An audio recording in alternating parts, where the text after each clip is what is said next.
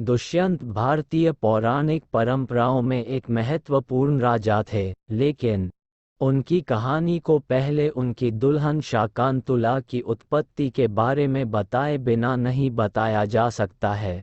कौशिका नाम का एक महान राजा अपने सांसारिक जीवन को त्याग कर आध्यात्मिक उत्थान का एक रूप प्राप्त करने की कोशिश कर रहा था, लेकिन इंद्र, हिंदू धर्म में देवताओं के राजा, को उनकी खोज से खतरा था और उन्होंने मेनका नाम की एक सुंदर महिला को अपने लक्ष्य से विचलित करने के लिए भेजा। इंद्र की योजना काम कर गई और दोनों को जल्द ही शकुंतला नाम की एक बेटी हुई, लेकिन उन्होंने दुर्भाग्य से उसे एक शिशु के रूप में छोड़ दिया। युवा लड़की को कव नाम के एक बुद्धिमान बूढ़े ऋषि ने गोद लिया था और जंगल में अपनी विनम्र झोंपड़ी में पाला था।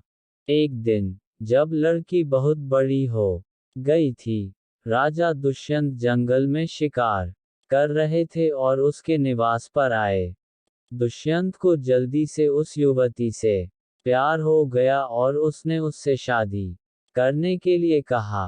दुर्भाग्य से उसके दत्तक पिता घर पर नहीं थे और वह शादी के लिए उनका आशीर्वाद चाहती थी। राजा ने उसे यह कहकर शादी के लिए आगे बढ़ने के लिए मना लिया कि वे पेड़ों को संग के गवाह के रूप में इस्तेमाल कर सकते हैं।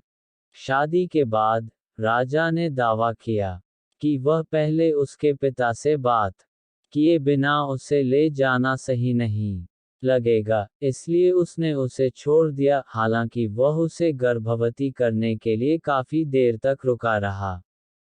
राजा कभी नहीं लौटा और अंततः परिवार ने उसे कभी भी अपने वचन पर अच्छा करने के लिए छोड़ दिया। उन्होंने बालक का नाम भरत रखा और अपने जीवन के साथ आगे बढ़े। लेकिन जैसे जैसे लड़का बड़ा हुआ, उसने अपने पिता के बारे में पूछना शुरू किया और शकुंतला अंत में राजा को खोजने के लिए जंगल से बाहर निकल गई। जब उसने दुष्यंत को ढूंढा और उसका सामना किया, हालांकि उसने उसे न जानने का नाटक किया। जब उसने उसे बताया कि उनके गवाह पेड़ थे, तो उसने और उसके दरबार ने उसकी बातों का तिरस्कार किया। जैसे ही वह गुस्से में निकलने वाली थी, आकाश फट गया और देवताओं में से एक की आवाज ने दुष्यंत को अपने बेटे और उस पत्नी की जिम्मेदारी लेने के लिए कहा जिससे उसने शादी की थी।